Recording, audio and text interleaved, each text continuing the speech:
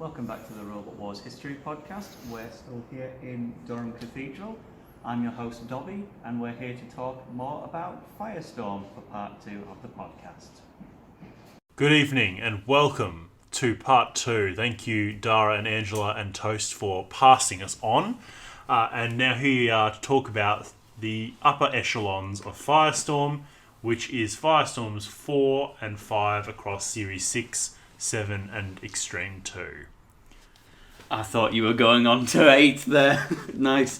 But yeah, so Firestorm 4 is the one that makes its debut in the 6th Wars. Largely unchanged from Firestorm 3. It just has the flipper closed more often and will later get a notable modification, but not yet. So for now, Firestorm is drawn against Megahertz 2, Cedric Slammer, and Colossus. And this would have been a fantastic fight if not for the very start. Now, as we know from the New Blood Championship, Cedric Slammer, very good spinner, very promising robot in general, and had a good chance of maybe even making a heat final in this heat. But they just, right away, Firestorm flips them over at the beginning and hounds their self-righting so that Cedric is immobile until it's counted out. Even though later on, Cedric proves to be the only robot left. Because after finishing off Cedric, Firestorm goes on its murderous rampage, flips Colossus into the corner in mighty fashion. It's a good KO. We like that. Then, even though it's already won the fight, it goes after Megahertz 2, chucks it over, smashes the computer screen off completely. It's a beautiful attack. And then, despite the fact it's beaten all 3 opponents, when Cedric Slammer comes back to life, it even kills itself by driving into the pit. So all 4 robots are defeated in what is a fantastic fight, except for just a really aggravating KO on the promising Cedric Slammer, which was easily the second best robot in the melee. And Nick, do you want to say something? No, not really. Cedric Slammer isn't a good robot. why have you gone red-faced then? Yeah. With rage. The red He's just, mist. he's just choking on this whole time. I really have been swallowing my words. Because Cedric Slammer's Shremek was actually still in a position where it could right itself. But it's And just it eventually does. And it's just that bad at self-righting, so it's not Firestorm's fault that Cedric Slammer's not a good machine. Yeah. I don't think you can fault Firestorm for beating the ostensibly second biggest threat. It didn't beat Megahertz first. Like, but okay. it's worthy of credit. It just, for me personally, removes part of the entertainment from what would have otherwise been a complete riot of a melee. Yeah. Series 6's campaign, we talked about some in the last episode, whether some of the heats are better or whether some of the heats are worse. Series 4 is definitely the worst. Series 6 is probably the most forgettable, really. It doesn't get any ooters. It gets one. What, in Series 6 heat? Yeah, he's talking about the heats. I'm sorry. Yeah. The Series 6 heat, yeah, it's pretty forgettable. The fights are all fine. But yeah, it is certainly a forgettable run of battles. Especially the second battle with Barbaric Response. Oh boy, this one. Normally, when a competitor flips a house robot, it's funny. It adds a lot of comedy to a battle and livens up the proceedings. Firestorm managed to do that in a way that ruined the fight. Because it's having a clash with Barbaric Response, which is, dare I say, for the first 30 seconds or so, it might even be winning. It gets the first... It breaches Firestorm's clearance, it gets the first lift and clamp, but Firestorm at one stage just decides to flip the ref bot. And yeah, in principle, that sounds pretty funny.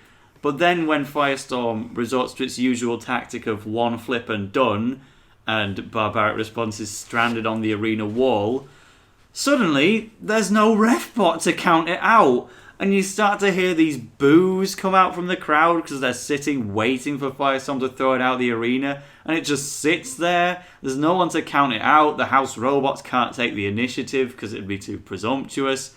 And the battle just ends. Cease is called, and it's the most anticlimactic battle in possibly the whole series. I'll give Firestorm a bit of leeway in this case, though. It was having a bit of a tough fight, so I understand it playing things sensibly in this case. Doesn't ignore the other times it does it, and it doesn't help that Refbot can't come in, but as for leaving Barbaric Response there, it's hardly a crime in this case. Yeah, it makes sense. It's not the most easy Uta in the world, No, like not at all. a certain other Heat final in Firestorm's campaign. But regardless, it is through to the Series 6 Heat final, which is against a completely respectable opponent in Exterminator. Which again, kind of takes an early lead, because Exterminator's wedge proves to be lower at the start, and it manages to push Firestorm back. It's hardly dominating, but at least it But opens the Firestorm pit. never does anything offensive until the KO blow. Yeah, this is pretty much a case of Exterminator holds a very, very narrow lead until Firestorm gets its first real strike, and that strike wins it the match. It's a big old tumble. Exterminator goes absolutely tumbling across the arena and into the wall. And Very similar to the Colossus KO, actually. yeah, It is. I don't know what it is about Exterminator's self-writers, though. They got worse every series. In this case, they're just arms that kind of push out, as opposed to spikes, and it doesn't seem like they have enough force to overturn it when it's on that side, because the one that is in the air can push outwards, but not the one that's on the floor, and that's ultimately what Maybe you it need just to write it. broke upon the landing because it was a very big crash. The self-writing removable link fell out, probably. Yeah. But I absolutely can't blame Firestorm for taking this KO No, outright, again. because Exterminator was arguably beating it, and Firestorm still goes after Shunt, so they do everything they can to entertain in this one. I'm going to But- say, Firestorm's attempts to flip house robots are just laborious, aren't they? Like, in the number of times in Extreme 1 that it tried to flip Dead Metal, Oh, it didn't even God. come close. It really only flips Bash and Shunt, and then also I suppose it does also flip Refbot, and we'll get to the But in big one one. clean sweep, yeah. But yeah, like, it takes such effort to flip Shunt. You just watch it. It does not have the right angle No. to And then do they it. even put it back on its wheels in this fight for some reason. Yeah, well, I wish they did that against the competitors. It would make the fights Yep, go longer. right. But it's just a little bit of an anticlimax. It's a good KO, but at this point, we haven't had an unseeded Heat winner yet in Series 6. And Yeah, all Series two 5, heats. Series 5 already had such a lack of those. But speaking of unseeded Heat winners, it is through to fight one of those in 13 black. And this is where you can see there's a big step up from Firestorm, arguably, because, I mean, by the time 10 seconds has passed, Hypnodisc had already killed Firestorm in Series 5. Yeah. Whereas at least it's able to sort of absorb the blows. Maybe the wedge is the flipper sitting flash also sort of helps. Doesn't have that exposed bit that could potentially be clipped or something like that. But 13 black is over within the first 20 seconds, and initially it seems like the fight is all sewn up there. But suddenly Firestorm, I guess this time they did want to go for the out of the arena flip, and they bodge it up completely. And 13 black and Firestorm are both stuck on the arena wall. Yeah, so And- Firestorm never technically has 13 black immobilized first, because it was crab walking, and then it immobilized both of them at the same time. Yeah, and then Refbot fairly frees them both, because otherwise the match would be a draw. They Yeah. were beaten together, so fair enough, it's Heaven back. forbid do we need another Firestorm draw. And Yep. then, in what should be an easy romp, Firestorm drives back up and onto the angle grinder, while 13 black is hobbling away. So it's technically mobile 13 black, and Firestorm's put itself in trouble, but Like- Refbot unfrees it. It's not mobile based on its wheels, it, but it's isn't not it? counted out in the loser's melee, and we've seen robots like Probophobia go to a judge's decision against Tut Tut despite having no mobile wheels, because the weapon was taking it out of its circumference. But Refbot just didn't really understand that in a very strict sense, that could have been 13 Black's win, Yeah. Refbot just frees Firestorm, and then it gets the flip onto the wall that it should have had about 2 minutes ago. Again, like in part 1 of the podcast, it's that other way round type thing. It doesn't get... There's no leeway for the underdog, even though it's technically correct. If 13 Black somehow wheelied itself onto the angle grinder, it probably wouldn't have been released for a second time. Yeah. But 13 Black S3 would have been a good fight. It's a bit of a Chaos 2 versus Tornado from Extreme. The only difference being that was being a good fight throughout. Whereas this was, well, I would have taken the comedy of an inverted 13 Black taking a technical win. But at least 13 Black went on to be in one of the best fights ever in the Losers Melee straight afterwards. So that's fine. Yeah. While Firestorm moves on to face S3. On paper, this is a strange one. I mean, Firestorm has never really fought... Has Firestorm ever fought an Axelbot? Is Wheelie Big Cheese the closest it ever came? Yeah. Yeah, it really is. So he never fought really Stinger, is. never fought anybody like that. No, it would have beaten Stinger, but... Sorry, Wiki. I don't know about that. It would.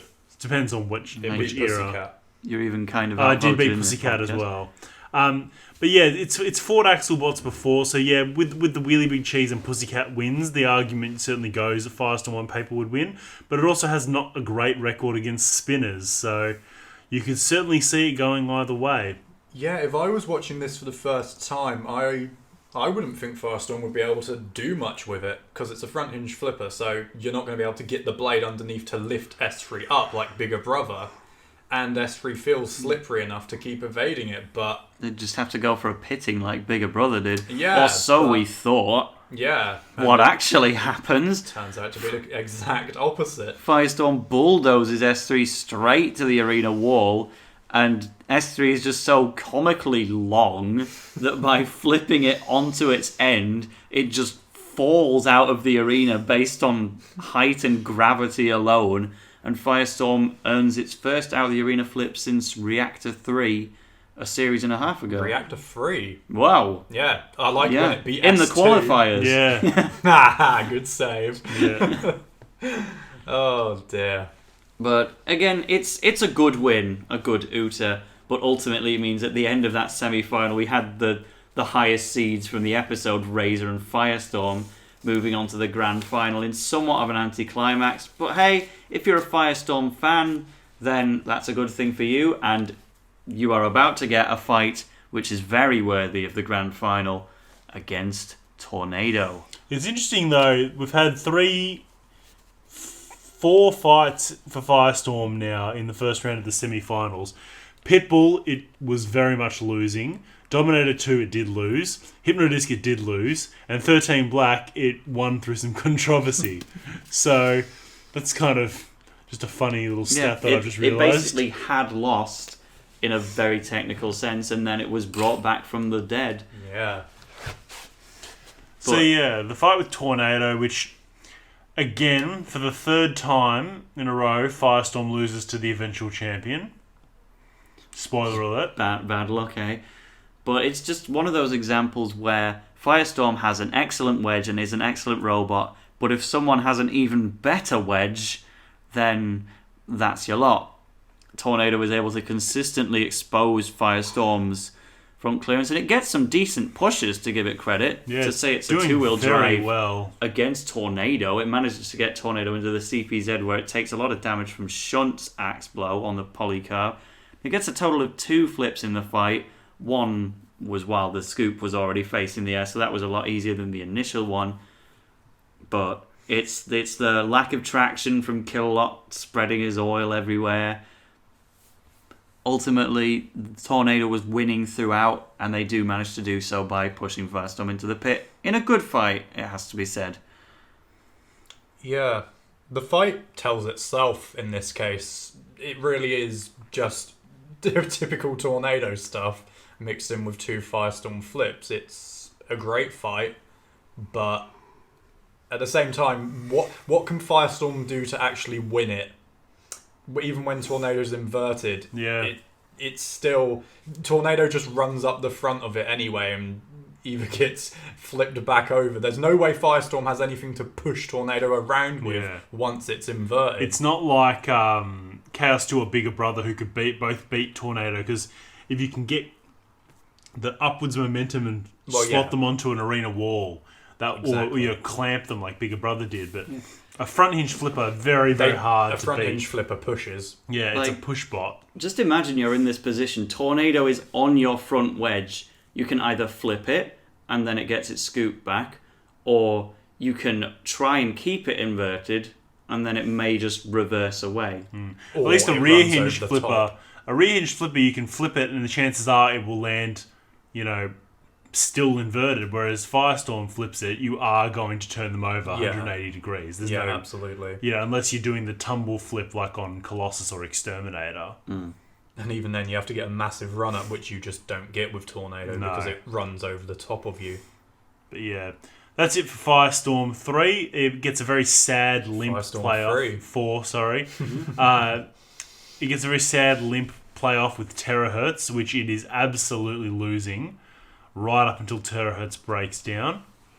It's so strange how Firestorm did manage to continue, because we know from the interview that they lost forward and backward drive. They were moving only through wiggling left and right just to just keep out of their circumference a little bit. Yeah, if you shuffle quickly enough, you just can edge forwards. It's intelligent improvisation, shall we say. And what's also odd is that we saw Hypnodisc beat Firestorm by hitting the link cover directly. That's what beat it in Series 5. Terahertz, with an overhead weapon, is repeatedly smashing Firestorm's link cover, which has broken through. There's a hole in it. Yeah. But somehow the link just doesn't come out. Well, that's what happens when you actually put it in place properly and secure it. Yeah. Like so many people seem to forget to. But that is the third time Firestorm gets to be third place in a domestic championship, while Terahertz is resigned to fourth. So it's a good run, and they're about to continue their good run, because by winning a heat in Series 6, they also qualify for the All-Stars in Extreme 2. First round is very much a formality. It's really just a Bigger Brother S3 round times 2. Yeah. Bigger Brother wins the fight. There's really not a whole lot to say about it. Firestorm just gets the participation award. It does help in the sense that S3 was nearly about to wiggle down from its disadvantaged position, and Firestorm keeps it there.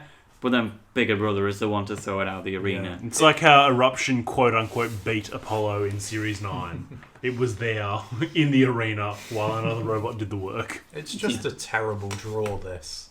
We've already seen S3 struggle against flippers. It's lost to both of these flippers once already. Exactly, and you want to allow the spinners to do well in a tournament, but no, they just put it in with the two flippers it's already lost to, and of course that means it's going out again, even with the anti-flip wedgelets. Oh dear, S3. Yeah, poor old S3. But yeah, that's the end of S3. Not a very involving fight for Firestorm, but the next fight is extremely involving for Firestorm. They have to be completely on form against Dantomkia, which Dantomkia, it's not an invertible robot. It has to self-right every time it's flipped, but it does so quickly. It's almost like it's fighting Pussycat again. They just have to be absolutely constant in this fight. Yeah, but hey, it proves how poor Dantomkia's flipper becomes when it faces a truly competent opponent. It's a very unorthodox design, and Firestorm's the exact opposite of that. And it's one of those amazingly dominant Firestorm performances. And of course, we saw that Firestorm was able to consistently breach Dantomkia's ground clearance. Now, why might that be? Because Dantomkia's wedge is not very good. Not the fact that Firestorm has this metal strip now on the front, which everyone seems to think is so heavy it pushes the robot into the floor. But no, Graham himself, he says that it's designed to stop the wedge being torn up slightly. Like in the Tornado fight, the longer they made head-to-head collisions with Tornado's scoop, the more the front buckled up slightly. The metal strip is meant to stop damage being taken at the front as opposed to make Firestorm lower to the ground. So just a slight thing that gets forgotten when people think about Firestorm and its incredible ground clearance. But and we're absolutely right. The steel strip isn't designed to give extra clearance, but that doesn't stop the fact that Firestorm's clearance was already phenomenal. Well, yeah, exactly. This just stops it getting worse as the fight progresses. It's a sad ending, but it's a great tussle between flippers. Firestorm is flipped for the first time in what, years? When was the last time it gets flipped in the tag team? Yeah. Yeah. Against Bigger Brother. Wow. Yeah. So Matilda flips it over in the tag team, and yeah, Dantomkia is the first robot to flip it. Good for them. It does jam its slipper and break down upon its umpteenth self-right, which is a sadder way for it to end. But hey, quality win for Firestorm, and it was a good fight up until that point, and then they wait for Refbot to count Dantomkia out, and as soon as that's done, they activate the pit and push it in immediately, which just begs the question of why didn't they just do that 30 seconds ago? Yeah, Graham Bone is very much a do what is on the tin type person. If the robot's immobilized, he's normally going to wait for it to be counted out. If an opponent's good, he'll be on them until they die. If an opponent's bad, he'll flip them instantly and not do anything more to them. He's very, very methodical, and it helps him progress. And you do need to be methodical to beat a robot like Bigger Brother, which it faces in the heat final of its All-Stars campaign. And this is another just classic flipper on flipper fight, and generally Firestorm is able to get underneath more often, while its huge size means that Bigger Brother is also unable to complete a full flip on it, yet it's still a close match, because Bigger Brother defies the steel strip completely and is able to get under the front of Firestorm on more than one occasion and push it around, get it into the CPZs, and make it a close battle. Yeah. Again, it's very much like the Dantomkia fight, where it's fast-paced and it's Graham Bone doing what he can against an opponent who keeps coming back at him. Yeah, the Firestorm we like the most is a Firestorm that's facing a challenge. Yeah, and absolutely. It certainly is here against Bigger Brother, which, even though I don't think Bigger Brother is winning based on the fact its attacks aren't as meaningful as Firestorm completely throwing it over, but at any point the flipper could have stopped working, and it was showing signs of wear towards the end. It was struggling to close. Yeah, this fight tells us more about Bigger Brother's bizarre incompetency at times rather than Firestorm, because how can a top-tier flipper, not flip over something? It baffles me. Bigger Brother goes through these weird phases during its career where it doesn't perform as well, or it doesn't have as much oomph to its flipper. Like, you think if it had this rally of flips it attempted here in Series 5, Firestorm would have been flush over, but Bigger Brother just chucked out its S3 kick. literally 2 fights Yeah. prior. I mean, I understand that one's probably more to do with its weight, but Bigger Brother has a bizarre inconsistency with the kick to its flipper. Firestorm's just so big and slippery, man. It's hard to keep a grip on that thing. It definitely is. Robo-soap. But ultimately, Firestorm is a low-pressure flipper, and that's why in this long and sustained fight, its gas goes the distance better than Bigger Brother's does. And when finally Bigger Brother is flipped over for the last time, it lacks the ability to self-right. And Firestorm this time, the reverse of Dantomkia, it doesn't wait for Refbot to count it out. It just gives us a more fluent fight, which is what put it in the top 100 of NJGWoo's channel when Dantomkia didn't make it on. Bigger Brother is pushed straight into the pit, and Firestorm advances to the final. Which was the final. Something I don't really think we need to talk about, but we'll talk about it again anyway. You could say it's the second best fight between Razor and Firestorm. You could also say it's the second worst fight. between Razor and Firestorm. It gets some slams pushing Razor towards the CPZ like it's proved to be able to do since the second fight, but this is the only fight between Razor and Firestorm to end in a KO, where Razor just pierces something critical and wins like it always does. I have to say, the All-Stars Extreme 2 was just not the right idea. Extreme 1 had some robots we had never seen fight before. Series 7 had a whole new thing. Series Extreme 2 was just, hey, let's get the Series 6 semi-finalists again and do some new lineups. And it ultimately concludes, sadly enough, with another Razor Firestorm fight. Otherwise, I mean, the only other outcomes were another Razor Tornado fight or another Razor Bigger Brother fight. There was nothing really there that we wanted to see. No. Hypnodisc is now too old for that to be the drawing, if the main event. And Chaos 2's, they're out. Wild Thing's not competing. There's nothing really here that we wanted to see. It's a shame because the Extreme All-Stars battle quality-wise was very, very good. But when you get to the true, top group of the All-Stars, as you say, we just see what we've seen before. So especially because we lose S3 and Terahertz in the first round. Exactly. It's like that would have at least been something. And because it really just becomes, hey, let's see who Dantomkia can fight. And 13 Black somehow gets third place, which is completely left field, but the best thing about it. So now we move on to the formality tournament, which is, hey, Firestorm has never won a trophy. Let's give it a trophy. And we get the not the European Championship, not the Third World Championship, not the International Mayhem, the Firestorm Participation Trophy, which is called the Commonwealth Carnage.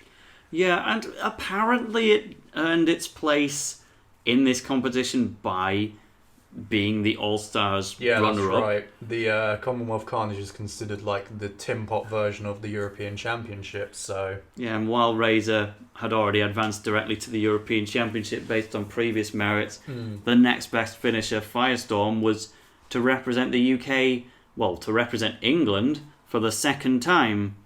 And they first get to do so against the Scottish Corkscrew and the Australian Bondi Titch and the Northern Irish Weldor 3. So already 3 robots from the UK in one fight, and then just a random out-of-place Australian. Gee, doesn't that sound familiar? Yeah.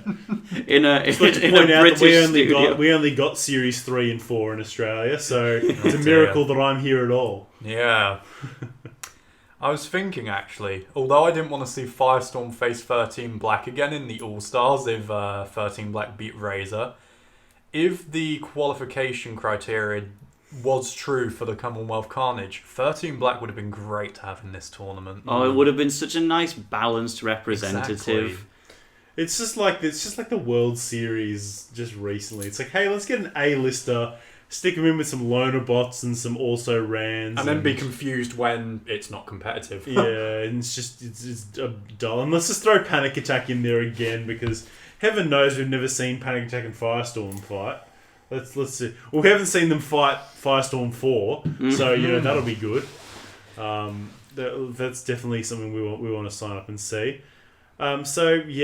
This fight itself is still worthy of credit though, because Firestorm, it's had 2 out of the arena flips in its campaign, so we know it's possible, but they were still on quite situational robots, you could say. Yeah. But then here they come in against Weldor 3 and Bondi Titch and throw them both out in a single fight. Its first melee Ooter and its first 2 melee Ooters. Yeah, does what only I believe Thermidor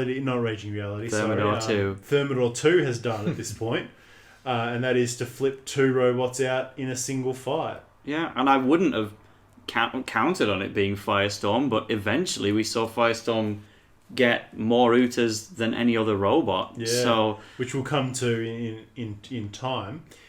Look, the tournament Whether it exists for whatever purpose is a different question, but there's no denying Firestorm's the best robot here. But then again, you could argue you stick any of the All-Stars here. Dominator 2 would have been the Commonwealth champion.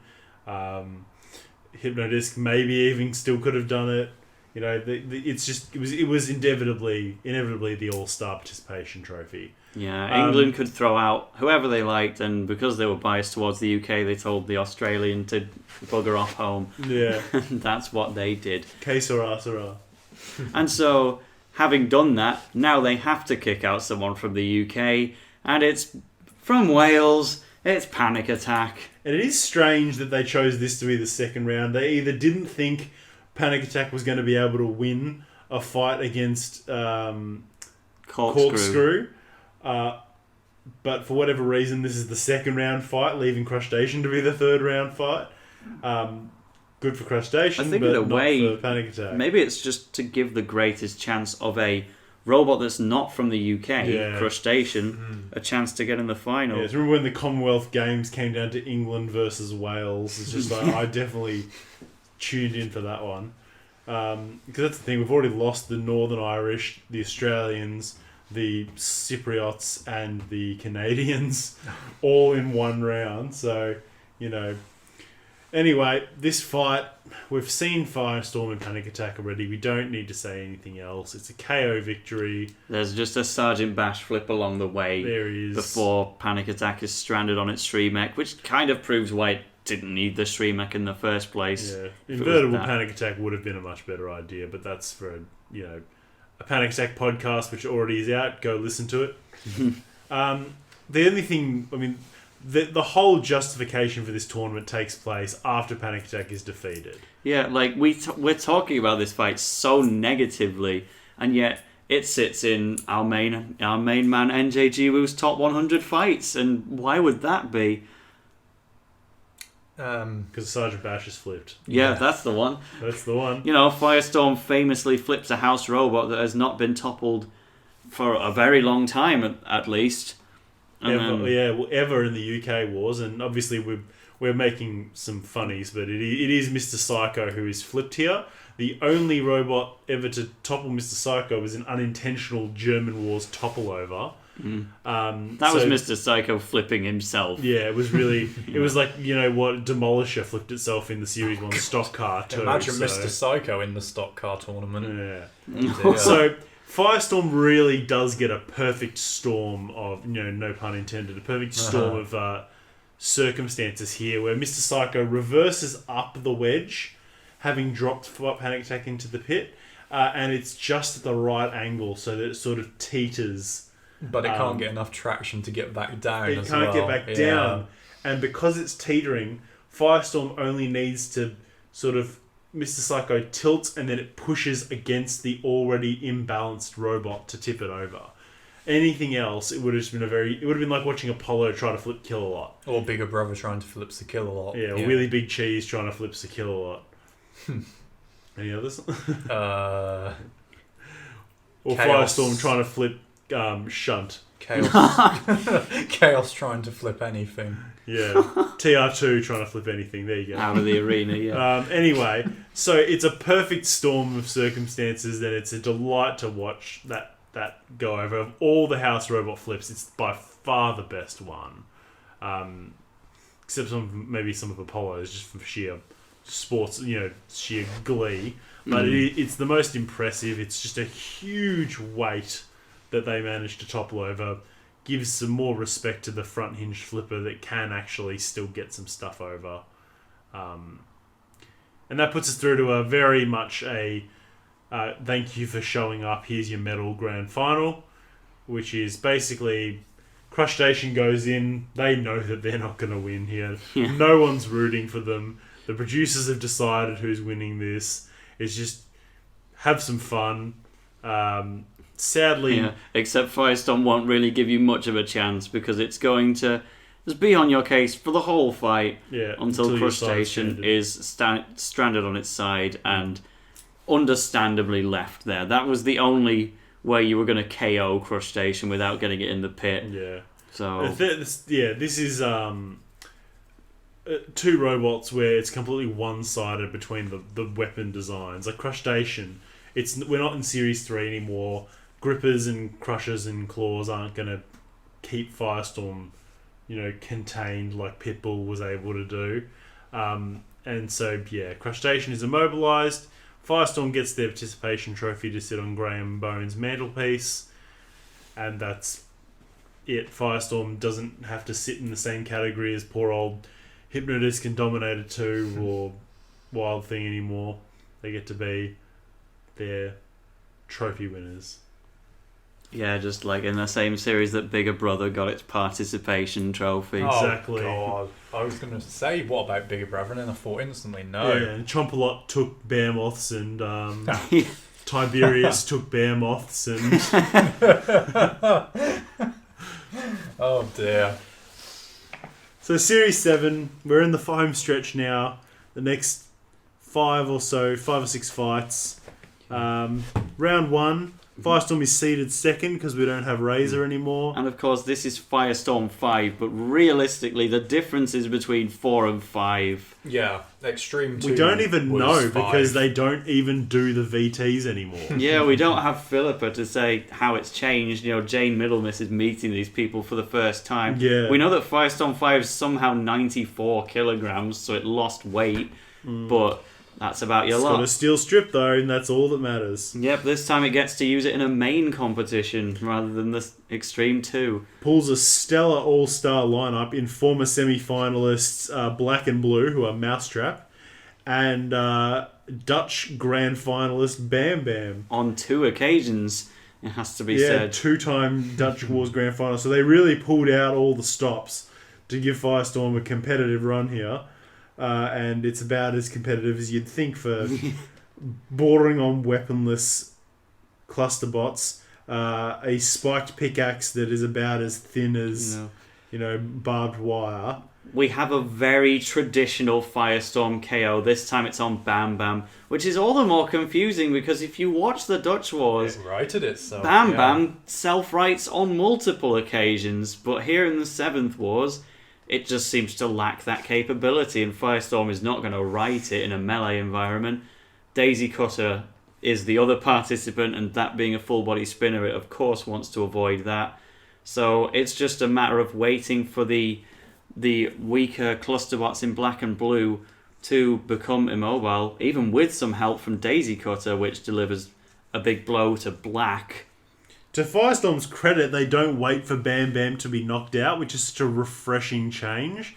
They actually push Bam Bam onto the pit and then activate the button, which just eliminates Bam Bam, because thank heavens for that. They join that exclusive club of place them on the pit and then descend them. Which is always just fun to watch. Atomic was in earlier in Series 7 and Razor beforehand in Series 6, of course. Yeah. And while you could argue that Black and Blue is primarily disabled by Daisy Cutter, Firestorm at least gets to put Blue in the pit. And not the Blue from King of Bots and not the Blue from Dutch Series 1, just the awkward other one. Yeah. So that's it for round 1. Round 2 and 3 pretty much go together. We get 2 flippers. And Firestorm decides them both in the same way. Yeah, but one is just a little more grimacing than the other. The Repteron fight is very straightforward because it is a flipper that can't self-right, and so Firestorm at least makes it as interesting as it could have been and throws it out of the arena. The Ripper one is interesting because we know that the Firestorm team weren't actually that confident against Ripper. And this was probably the strongest robot they've ever had to fight in a heat final. Absolutely. But I don't agree that Exterminator was anything really to write home about, but Ripper was just a big, powerful flipper, experienced team, even though it was their, early in their campaign. They've been doing it forever. They've been building robots. Had a just as impressive first round melee as Firestorm did, just mopped the floor with its opponents. And something I learned while talking to John Findlay in person, there was a very uncharacteristic comment from the Firestorm team which didn't prove to be true at all, in that because Ripper had been focusing on the house robots in the previous round and had dealt with them, Team Firestorm says, if we win, we're going to be the house robots and we're going to muck you around.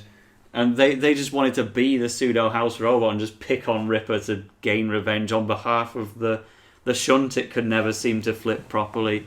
Instead, what we get is a very, very awkward flip where Ripper is just stuck on the arena wall. It clearly can't get down. It's the easiest Uta in the world, even for a flipper like Rick or Prize Fighter. They could get Ripper out of the arena in that situation. Even TR2 could do it. Yeah. No. Maybe not. No. But they just wait another 35 seconds for Refbot to count Ripper out before giving it the most obvious push in the world to get it out. There's some upsides. It meant that Refbot's counter broke and he went Euro. And it also meant that because Refbot was present, the Uta was filmed through his onboard camera. But it was quite clear to see how very we really set are up, scraping the barrel for the positives very here. set up that shot was, because it was the easiest thing in the world, and Firestorm finally finished the job to move on to the semi-finals for what is, funnily enough, a third consecutive Uta. And actually the one that pushes Firestorm above the record set by Chaos 2. Because Dantomkia had not yet broken the record either. At this stage, Chaos 2 had the most, 6. Firestorm was also on 6 at this point. And Dantomkia, I believe, was on 6 as well. So we had a 3-way tie for 6, and this is the one where Firestorm manages to take the record for itself. It also gets to become a joint holder of most consecutive Utas alongside Tsunami and Atomic for all of one match before then Atomic takes the title for itself against M2. But speaking of robots that I love, Mute, what a boy. This is a great fight, and not because of Firestorm at all. We just get to see comical Mute self-writing for another match in a row, and it's funny. But of course, this is possibly the easiest matchup that Firestorm could have asked for in the entire semi-finals, and it managed to pull that one off.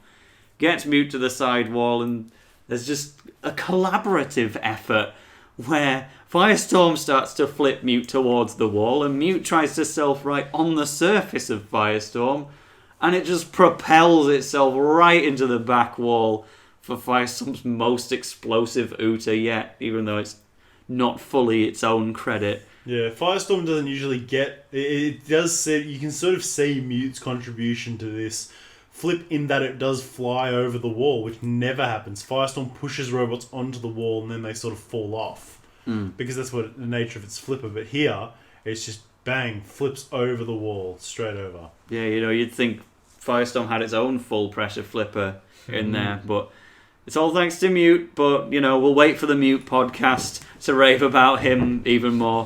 What a beautiful machine. What have we got next, Yeah, Les? solo episode that one will be. You think I can't? Yeah. But someone who I'm sure will have a podcast is the robot that ultimately vanquishes Firestorm 5 in the 7th Wars. No, it won't. We'll have to cancel it. Yeah. Because it's not a good machine. Boring. Yeah. Obviously. Only robots with active weapons get podcasts.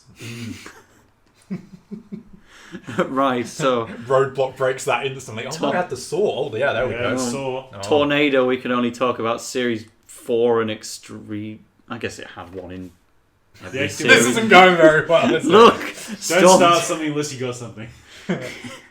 So, this is an interesting match, which probably helped to the belief that Firestorm's steel strip was God's work, in the sense that it was consistently getting under the front of Storm 2 every single time. Even though Rhino did in the melee. Yeah, Rhino got under Storm 2, remember that? But despite the fact that it's getting under Storm 2, it's not winning at all, because Storm 2 is intentionally ramping over the front of It Firestorm got very 5 lucky. to try and break the very steel strip. Nah, I'm not having that. That's Ed Hoppet blowing it well out of proportion just to try and take any sort of credit. He got very lucky in this fight. If he goes over in any of these flips, he doesn't win the fight. Because unlike Tornado, he'd be over too early in the fight for him to score any points. So, yeah, he can claim it's good strategy, but Well, I'm not you having can it. try and be a Series 7 producer and take this one away from Storm 2, but what we actually saw was one Storm 2 was able to breach Firestorm's front ground clearance. It slammed it around a bit and just swiftly deposited it into the pit. And Storm 2 is matching fire. It's out firestorming. It's just so slippery, and it's just constantly got the pressure on. It's moving around. It's always landing wherever Firestorm is going to land. It'll make an impact, and then it'll be there to scoop it up. It's very effective from Storm 2. It's a really enjoyable fight, and it's only the second time out of 5 attempts that Firestorm falls short of the grand final. So Graham Bone he just has to give Team Storm his classic thumbs up. Yeah, his classic thumbs up. Yep, good job. But of course, it's still not the final fight from Firestorm 5, because finally, at the end of its career, we get the best Firestorm fight by a landslide. And it's the All-Stars tournament that finally does not have Razor in it. Yeah. It is the only time where we know that it's not going to fight Razor at some point, because it's lost in both All-Stars to Razor. And it goes in round 1 versus, you guessed it, Panic Attack, along with Cat 3 and Bigger Brother. Now, on paper, we've got Dantomkia, who they've beaten, Bigger Brother, who they've beaten, Panic Attack, who they've beaten, and then you've got King Bee, Bearmoth, and Pussycat, who they've beaten. Pussycat, who they've beaten, King Bee, Bearmoth, and Cat 3. Wow. So, on paper, not only is Firestorm the reigning runner-up for All-Stars, it's also by far the strongest robot here. And This it was should be the Firestorm trophy. Forget the stupid Commonwealth Carnage. It was by far the highest placing finisher in this tournament as well, with only Dantomkia being the other robot here to win a heat at all. I think Cat 3, I believe, comes third. Wow. Everyone else loses in round 2. That's why they included a recap of everyone's performance at the start of the episode. They had the time. These All-Stars didn't do particularly well. No. Nor did they do particularly well at fighting each other here, because they completely throw the script out the window, abandon the motive, and Firestorm gets by far its best flip on Shunt ever. Finally. Throwing it over in one go. Yeah, and thank God they did attack each other, because this fight would have been awful if it went to plan. It would have been Panic Attack over instantly and Bigger Brother mucking around with Cat 3 in a boring tag team terror that no one wants to see ever. And then they'd probably meet in the final again. Yeah. Which would be a good fight. But this is a brilliant fight where Firestorm is having to be the ringleader here. It's clearly the most well-equipped robot to take on the house robots out of this lot. It can't quite finish off Cassius Chrome, but it just inadvertently scoops up Panic Attack along the way, chooses not to flip it because it's too bothered in trying to go after the house robots.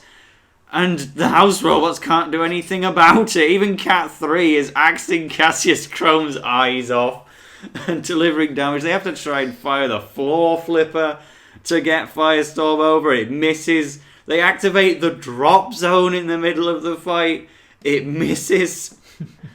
And it just gets even funnier, because then the entire favourite, by far the most likely robot to win this tournament, Firestorm, for the 3rd or 4th time in its career, just drives straight into the pit. Yeah, they went for Refbot. They tried to complete the hat trick and they went into the pit themselves. They, just imagine Refbot as Cedric Slammer, and then you just overshoot it, and in you go, and Firestorm comes forth, and after all this time, manages to lose to Panic Attack. Yeah. In its final fight ever. Being used very loosely, that loss against Panic Attack in this instance, but we'll give it credit where we can. And then Bigger Brother drives into the pit as well, meaning that Cat 3 also is a robot that defeated Firestorm. The Firestorm one I'll give, I'll say it's one of those that happens. The Bigger Brother one is just the worst piece of driving ever, that it looks scripted. It swerves around and reverses into the pit deliberately. It's like something Firestorm would do in Series 4. It's so questionable that I even asked Ian Watts on Reddit, how did you end up in the pit in that fight? He says something, I think Panic Attack or Cat 3 pushed me down there. And I'm like, there's a lot of evidence against this Untelevised fight, that one. Yeah. But that amazingly wraps up the long and honourable career of Firestorm. Yeah, in a sudden entertaining note to finish us off. But yeah, it's surprising. There's so much to this career, so much to the fight, so much to just Firestorm. Like we said right at the start of the first episode, Firestorm. There has never been a short campaign for Firestorm. It was consistently, Except for this All-Stars. Except for the All-Stars. It consistently reached the All-Stars that it took seriously. Consistently reached the upper tier of there. It was in almost every side competition known to man, and it reached an All-Stars final, a tag team final, 3 grand finals, a semi-final, 2 semi-finals. Sorry, it did everything under the sun. There's a lot to it. Yeah. But we're under an hour, so that means we have time to talk about Hazel Heslop's campaign in the Iron Maidens with Cat 3. Hazel Heslop is in the Iron Maidens with Cat 3. There you go. Covered. Well done. Boom. Thank you very much. But yeah, Firestorm I think were genuinely pretty well liked. I don't think anybody disliked them in the pits. The fact that they got along with Cat 3 enough that Hazel was obviously joining that team. And the thing is with Firestorm, the fact that this sort of tepid, mild-mannered British rivalry with Panic Attack was the most passionate thing they could get out of it. Yeah, the show tried to build this rivalry with Chaos 2 early on that fell apart because they were both so polite. And it could have had a rivalry with Dominator 2 that didn't go anywhere. It could have had a rivalry with, Razor that seemed to just be this is just 2 all-star robots that just happen to be fighting again. Just nice people, effective robot, and all-star robot. So overall favourite fights, we talked about at the end of part 1. What's everyone's overall favourite Firestorm? So I don't think it's a problem for me to say that the Series 7 All-Stars Round 1 is my favourite Firestorm fight, because Firestorm is the biggest presence in that fight. It paves the way and makes it a truly enjoyable match to watch. Yes, I do admittedly take a lot of pleasure in it driving in the pit and losing, but if we look purely at competition fights, then we said in the last episode it's a toss-up between Dominator 2 and Razor in Series 5.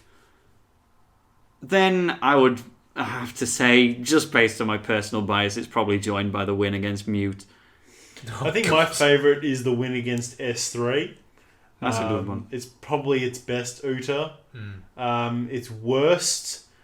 the Bolt from the Blue one is the worst fight of all time, so that's it. But I'm giving a dishonourable mention to the fight against Crush Station. And I still don't want to budge from the awful win against Sachrome a lot. That's truly dismal. Yeah. I don't think there's anything outstandingly bad in the series that followed, but I guess Barbaric Response in Series 6 has to be the one from this end of the spectrum. Probably true. I'll go not worst necessarily, but least favourite as the S3 and Bigger Brother All-Stars melee, because it's just a completely illogical draw, even though Firestorm doesn't really do anything wrong in that fight. We all know my other fight that would be in the least favourite section, so we won't go there again.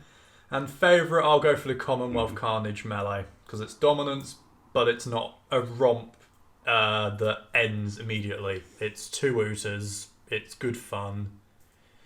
Yeah, it has World War 3, so that's always a plus. Yeah, exactly, underrated robot. Yeah.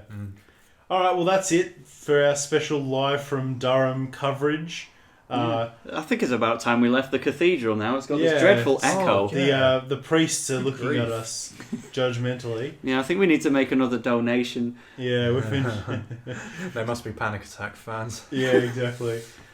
So, we hope you enjoyed our live coverage. I won't be in another one because this was a very expensive podcast. I just spent a couple of $1,000 to get out here. Next one's the Typhoon 2 podcast with you two in Edinburgh. Yeah, absolutely not.